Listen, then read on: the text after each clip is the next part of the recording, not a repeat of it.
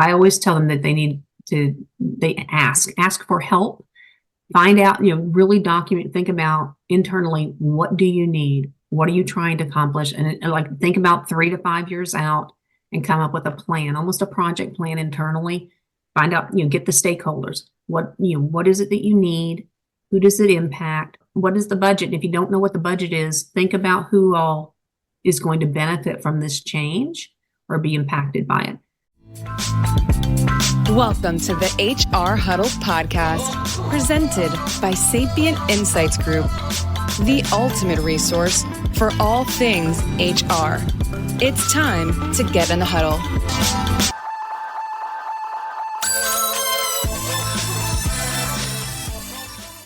Hello, everyone. Welcome back to the HR Huddle. I'm your host, Teri Zipper, CEO and Managing Partner at Sapient Insights Group. And I'm back for another episode of HR We Have a Problem. This is the show where we break down the big and most relevant HR issues of the day. We help you make sense of what they mean for you, and we talk about what you might do about them. Joining me today is Holly Larson. Holly is an HR technology consultant at USI, and she leads the content committee for the Advisor Collective. The Advisor Collective is a nonprofit association that's made up of a group of consultants, brokers, advisors, managed service providers, all sorts of people that work together to support and really go to bat for smaller organizations when it comes to things like benefits and technology. Welcome, Holly. Great to see you. You too, Teri. Thank you. I am super excited about this conversation today because I feel like it gets us into some of the nuts and bolts of things. Some of these conversations tend to be a little more highbrow, thought-provoking, don't necessarily get into like how to get stuff done. And I think you and I are going to have fun doing that today, just really talking about how to get into and get some things done at the detailed level. All right, let's get into the weeds. Yeah. So I know you spend a lot of time with like small to mid-sized organizations making employee benefits, broker, technology decisions.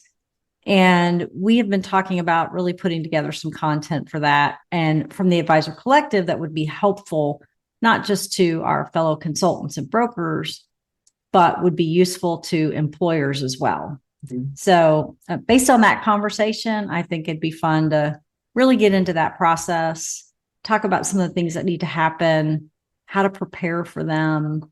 And maybe we'll do a little bit of role playing in this process. Does that sound like a good plan to you?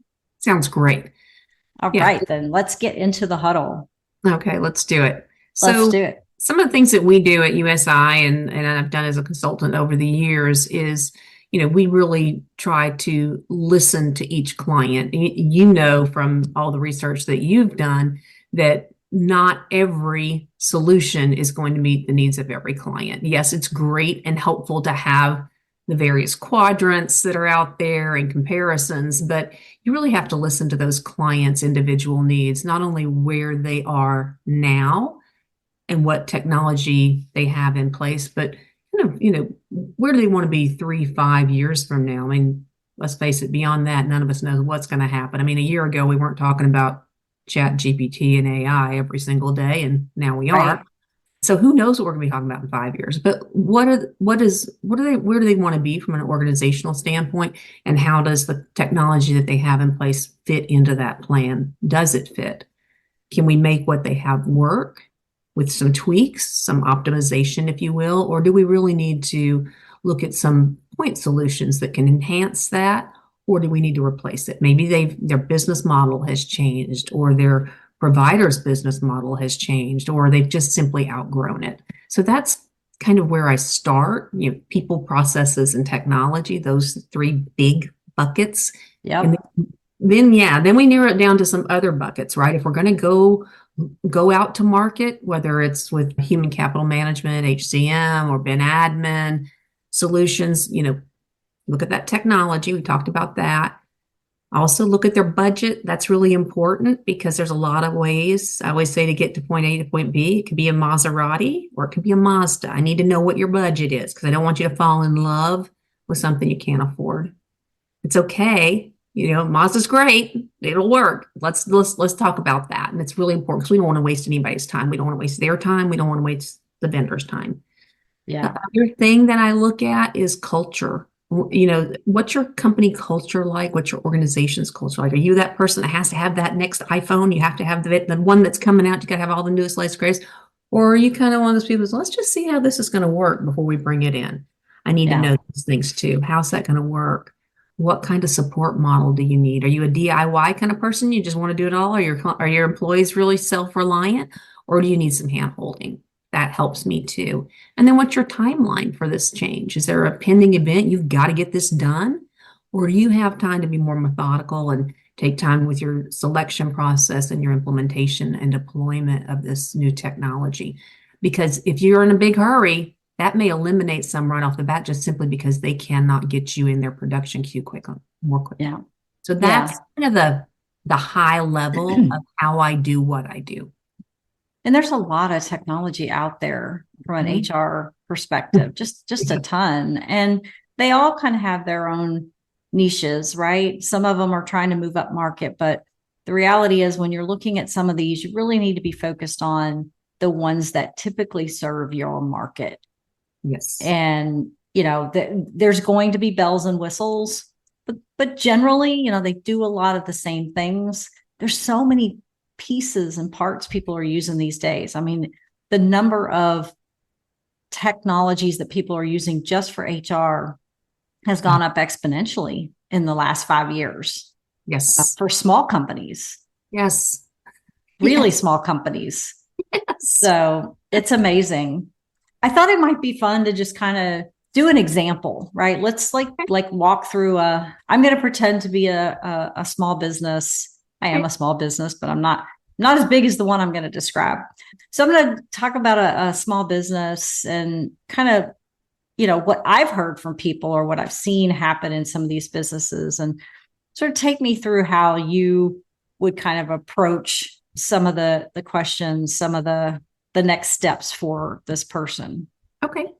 So I'm a small business. I have about 250 employees. They just hired me to be the chief people officer, if you will. So they're starting to put, HR people in place and do some more things, but we're growing really fast. Like we expect to be 700 employees in the next 2 to 3 years. So we're going to double a couple of times. We have mix of organizations providing us stuff like payroll, benefits, insurance. We have staff across the country. We're onboarding people just so quickly, probably 20 to 30 people a month. I mean, it's crazy. And we have very little technology at this point. And, even some of the things that we have, like the payrolls outsourced, right? So, we're looking to start bringing some of this stuff in-house and trying to figure out how we really build out our HR functions. So as we grow, we can deliver more of this work. So as my broker, I'm looking for help because I just don't even know where to begin.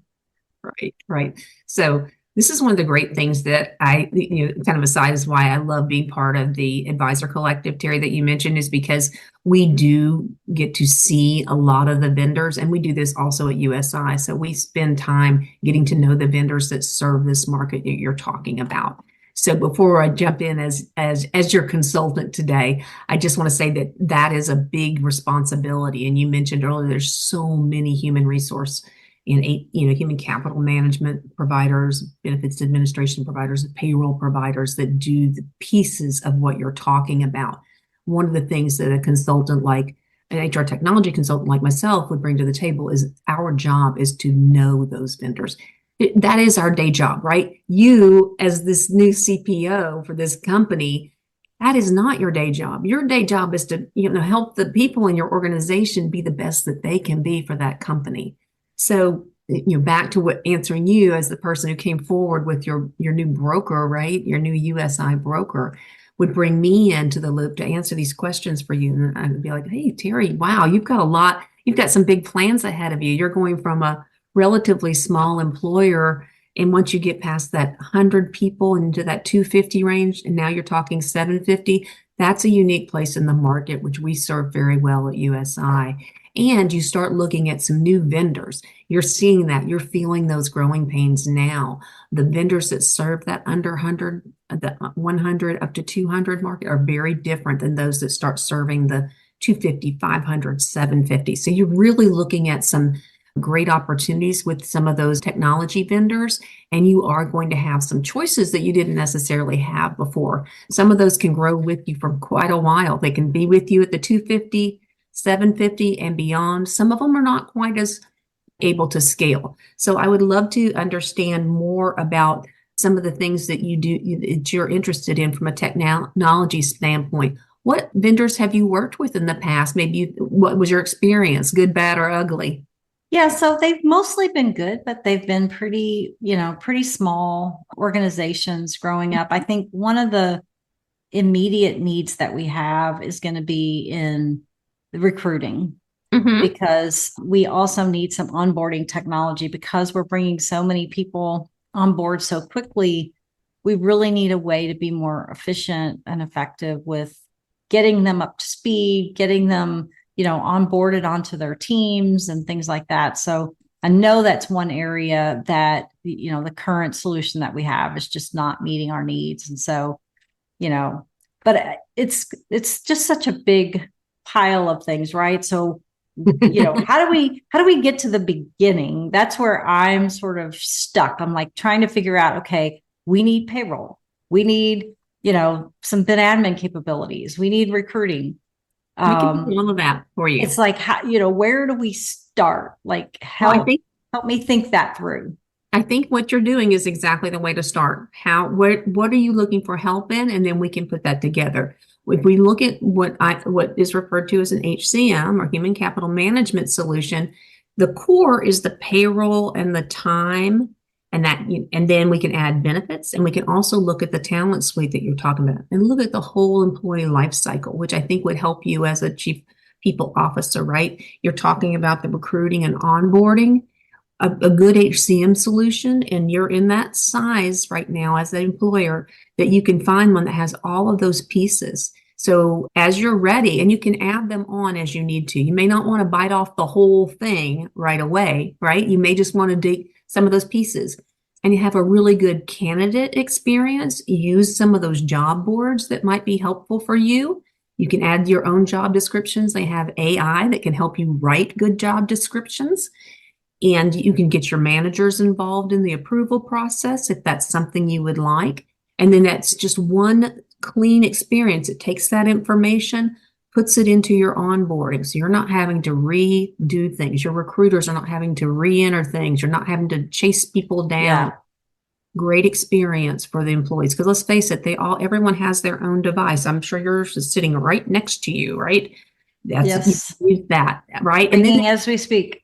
Right. And then the employee, once you've decided, do you want that candidate? Because let's face it, 20 somethings and 30 somethings are not easy to find these days. There's a shortage of talent everywhere, whether that's somebody in service, or if it's somebody on the front line doing manufacturing. Wherever you are, there's a help wanted sign somewhere.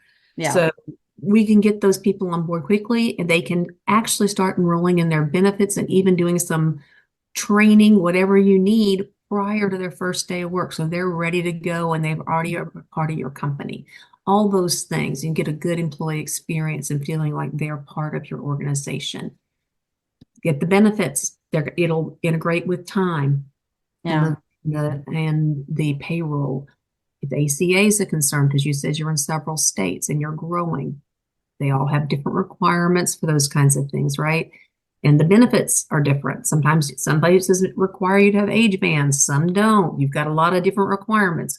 Your broker can help you with that plan design, but that can tie in to your HCM with the benefits solution module.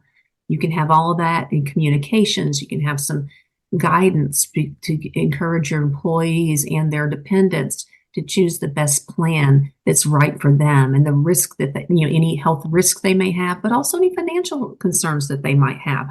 What makes sense for them. All that can be together in one solution, if that makes sense for you and your budget and all those things we talked about. Yeah. Oh, budget. Yeah. So Yeah, do you budget. think, so, we're small, but I Mhm, think, I want to look at multiple solutions. mhm. Do you think we need to go out to bid? And is that something that you can help us with? And, Absolutely. how do Absolutely. you look at like, what's your process, or what are the data analyses that you use to kind of figure out what would be smart for us? Okay. Well, what I'd like to do, Terry, since we've had this conversation, you've given me some good information. I have a very simple document that I can send to you afterwards, and you can complete that for me and give me a little more information about some of the systems that you do have in place, including, what you're using for your finances, for example, who some of these other, where some integration points would be. So I understand that. I want to make sure I'm bringing forward vendors that, meet your technical criteria. And then I will bring forward probably 3 that I think would be good fits for you, and we'll talk about them. If for some reason you're not happy with one of them, we might have another one we'll bring in. I think 3 is plenty to look at. And what we'll do is I'll have a briefing with them and let them know about your organization, what you're looking for, and then I will actually introduce you to those vendors. They'll have additional discovery so that they can create a tailored demo experience for you. Nothing, not a canned one, you can go out to their website and see those, right? No, they're going to tailor something for you and anybody else that you want to be engaged in that process. And then within a week, they will provide a proposal to you. And then we will get back together and you and I can discuss what that looks like. Now, I have relationships with these people. They know that they know I know what this should cost, and we're going to make sure that you get the best possible pricing for that. So, wow, you can get a proposal back in a week. That's Yes, awesome. I certainly can, and I So, will. how long do you think this whole process will take? Us having this conversation to, getting a proposal out to making a decision and getting something implemented.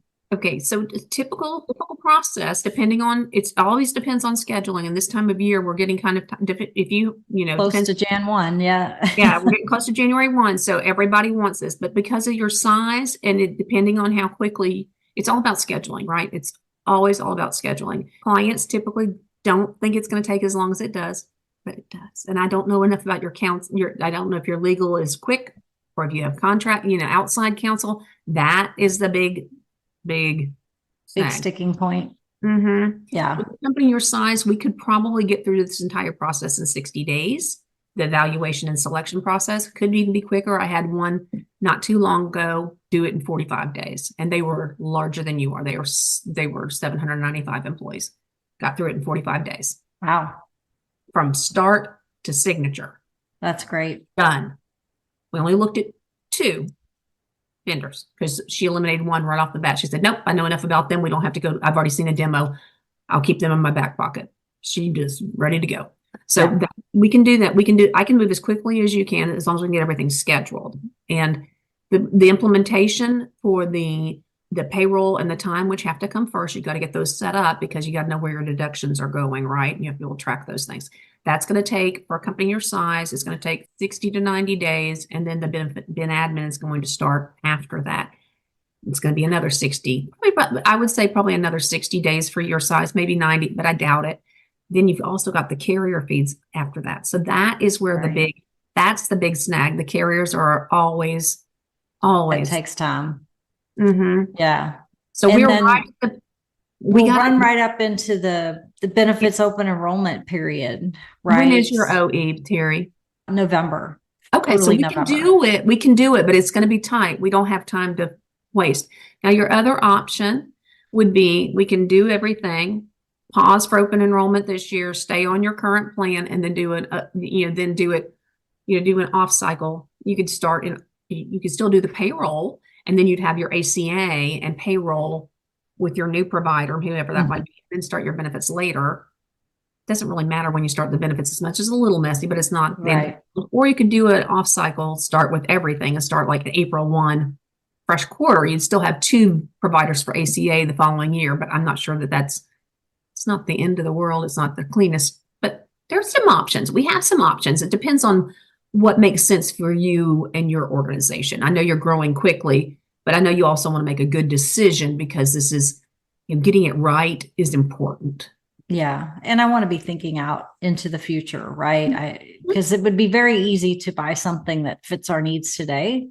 Yes. And 3 years from now, we're blowing it up and having to go out and find another solution. So, yeah, I'm not going to let that happen to you because I'm not doing my job. I will not let that happen to you. Yeah. So, assuming that we, now, if you go from, if 3 years you're at 1,500 versus 750, might have a different conversation. We might be having a different conversation, but knowing we can't, we're not controlling everything, right? But if the information that we have is good information to the best of our knowledge, then I'll keep you on track. I promise. That's good. I can't wait to have a new system.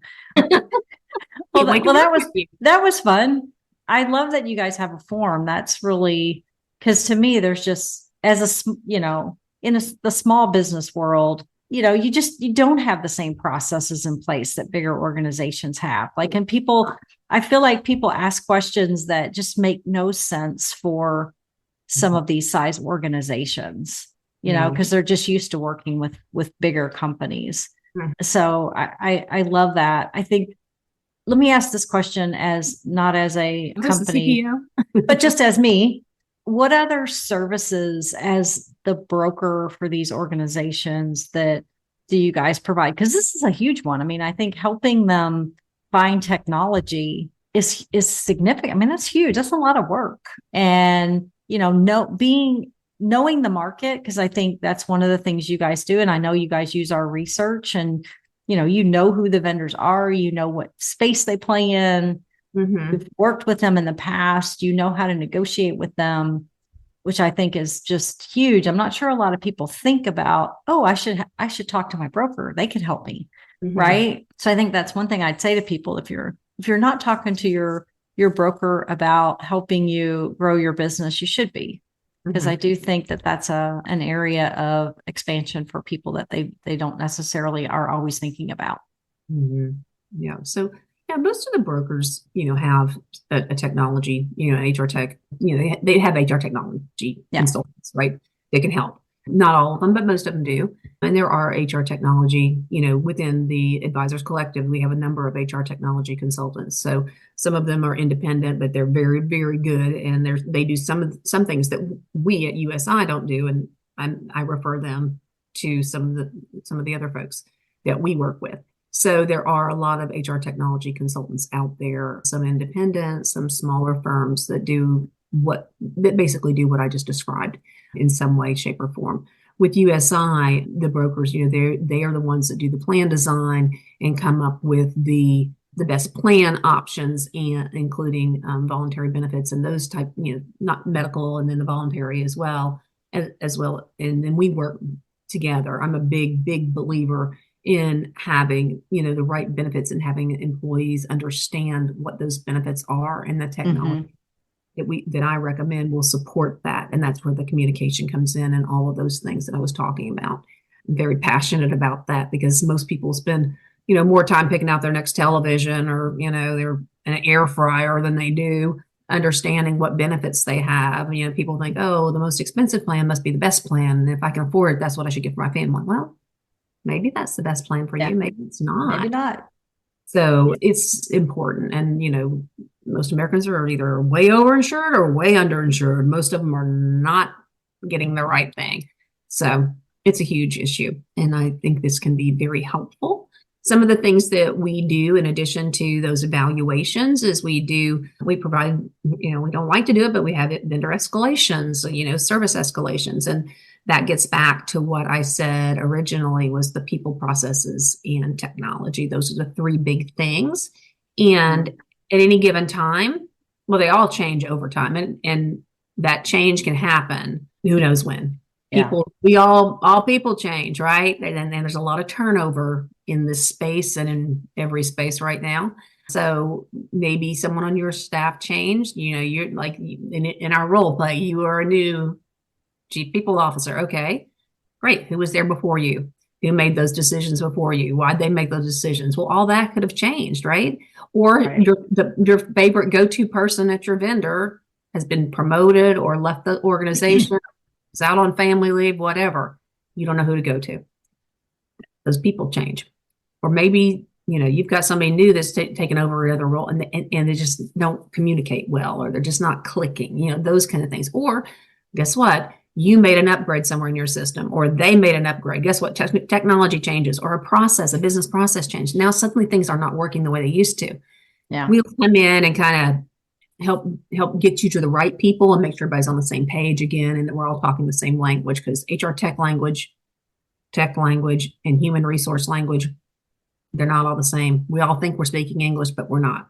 Different flavors of it. So, and there's a lot of nuances too when you get in there and start licensing technology, not the least of which is, for most of these vendors, you start paying on the day you sign the contract. Some of them you do, even though you may not be using the software for 3 to 6 months down the road when you actually get it implemented. So, there's things that I think you guys could help too with that. And not all of them are that way, but some of them are. And that's a big aha or a gotcha for some people. So you have to, it's things you have to watch out for, right? And who's helping me, watch out for those things, right? I think I sold software, I sold the benefits administration, I've sold payroll, I've sold time, done a lot. So I am very much aware of that. And I help. That's one of the things. Not all consultants do this, but I always offer, if they'd like me to review the contract prior to signature, not from a legal perspective, but just simply from a business perspective, to see, is this industry standard? Is there anything here that they should question or push back on, or be sure that their legal or their accountant looks at, because it just reads funny to me. Yeah. Those are a couple of the big things that jump to mind. Are one is, when does my monthly subscription start? And the other one is, how does my subscription go up as my company grows? Like, what does that look like? And, how often am I going to see increases if we're growing? And that kind of thing. Yeah. Typically there's the PEPM is how you're charged. So that part you can kind of budget for, because but a lot of times there's tiered pricing. And so theoretically, your PEPM goes down as your headcount increases. A lot of times you get price breaks. So, like in our situation, sometimes there's a break at 500 or 1,000. So as you grow, you actually get a price decrease PEPM. Yes, you're growing, so you're paying more overall, but you're paying it at a lower price. Yeah. And for people that don't know, tell them what the PEPM is. Yes, that's another acronym. I'm usually pretty good about that. Lots of acronyms. Oh, so many. Per employee per month. And that's, and all the vendors price things differently, which is one of the reasons I get back together with my clients after they've gotten all the proposals, to make sure they understand what everything means, because sometimes they don't. I don't do a full-blown pricing analysis for them, because I feel like it's really important. We don't have the bandwidth, number one, but I feel it's important for them to go through that exercise and understand what they're looking at. Because if I just hand it to them, it's like, here you go. Like, okay, great. I really kind of think it's important for them as a team to go through that exercise, and I'll answer the questions for them. And if they miscalculated something, I'll point out, so no, that's a monthly fee. No, that's an annual fee. No, that's a per pay period fee. And I go through all of those things for them and make sure, I'll look at what they've come up with and make sure it's accurate based on what the proposal says. Yeah. And then there's the implementation fees, which is all the configuration and setup. And obviously that really depends on how complex you are and how much process you already have in place. My suggestion, and I don't know what your thoughts are on this, to the extent that you have processes, get them documented. Oh, yeah. Because you don't want to have a situation where you're just using the tool off the shelf and then find that you can't do the things you need to do. They told you could do them in the demo, but since we didn't implement it that way, now you can't do it. So now you got to do some re-implementation, spend some more money, know what you need, like know the kinds of things that you really need it to do. And that's part of the discovery process. With them, is making sure. And that's one of the reasons I do my discovery process, but then I have them do an additional, an additional discovery with the vendor, so that those things can be clarified. That's great. Yeah. The other thing that I like about what we've done in the advisor collective is the way that this community sort of bands together Mhm. and goes to bat for a lot of these small businesses because things change in the market. As you were saying, things are constantly changing. Every vendor does something a little different. I remember last year, and I won't mention any names, but we had a vendor that was suddenly, raising prices Oh, yeah. and caught people off guard. And, Mhm. a lot of people in the advisor collective had clients who were on that solution, and they sort of went to bat and said, hey, we need some help here. Our customers need help here. How are we going to fix this? And I think that's one of the things that I love about the broker community is just the work that they do for their clients. I agree. Yeah. We did sort of band together and say, no. Yeah. Sorry, this is not going to happen. Slow your roll on this one. We understand, but no. Yeah. So, what is one thing that you would leave the audience with today that if they're a small business and they're looking for, getting started with some new technology, what would you suggest they do as a first step? I would, well, I always tell them that they ask for help, find out, really document, think about internally, what do you need? What are you trying to accomplish? And like, think about 3 to 5 years out and come up with a plan, almost a project plan internally.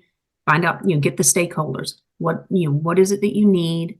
Who does it impact? What is the budget? And if you don't know what the budget is, think about who all is going to benefit from this change or be impacted by it. So in this case, we're talking about HR technology. So it's not just HR and benefits, right? It's all the things you were talking about earlier. You're bringing on new employees. Well, that's every single department in your company, right? That impacts everyone. So think about that. When you're talking about total rewards, that's finance. It's not just the payroll. So there's got to be budget everywhere. Everybody benefits. So how do you impact it? Who are you providing reports for? Those people are impacted too.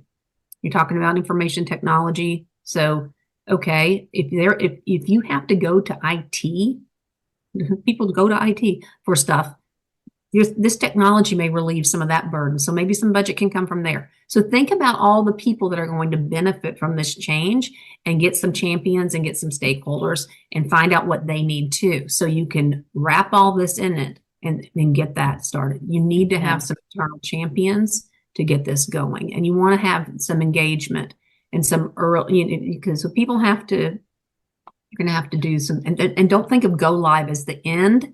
That's the beginning. It's a deployment. It's not just the implementation. You have to deploy this. It's a change that you have to adapt to adopt. Everybody has to, it's going to have to be a change through your organization. So those are the things that I would think about this as a long term. So you were talking about the timelines. That's that part of it. It's an ongoing thing. I mean, it takes nurture just like anything else. And ultimately you're going to reach a size that you're going to need somebody focused just on the technology, right? So lots of things to think about as you evolve and grow your organization. And I would just say, just ask your Seek colleagues. help. Ask your colleagues at other organizations what they do, how they got started. Ask vendors you've worked with in the past if they're happy to help, but don't know that they have a lens, right? And they have a quota, of course. Most of them have, they have friends like us. They know us, right? I know lots of people at lots of different vendors and have worked with them and, trained them probably over the years. But I've worked with a lot of people, and ask your broker or ask people that are brokers. Maybe they're not, maybe you don't have one depending on the size of your organization, but ask for help, because this is as Teri said, a very caring industry, and people will help you find what you need. Don't go it alone. Them, they'll know someone. Don't go it alone. Awesome. Well, Holly, I want to thank you for joining me today. This has been a great conversation. I hope anybody that's looking to grow their business and drive through HR technology, that this gave them some help and a person to reach out to if you're looking for some questions and some help there. Absolutely. I want to thank our producers, the Brand Method Media Group. I want to thank our marketing team, and I want to thank you for tuning in. That's all the time we have this week for this episode of HR We Have a Problem. If you enjoyed this episode, you can subscribe to it on your favorite podcast app and leave us a review or send us a list of things you'd like to hear more about. We'd love to try to get those topics on to the show. We will be back in 2 weeks with another episode of HR We Have a Problem. Thanks, everybody. Thank you, Teri.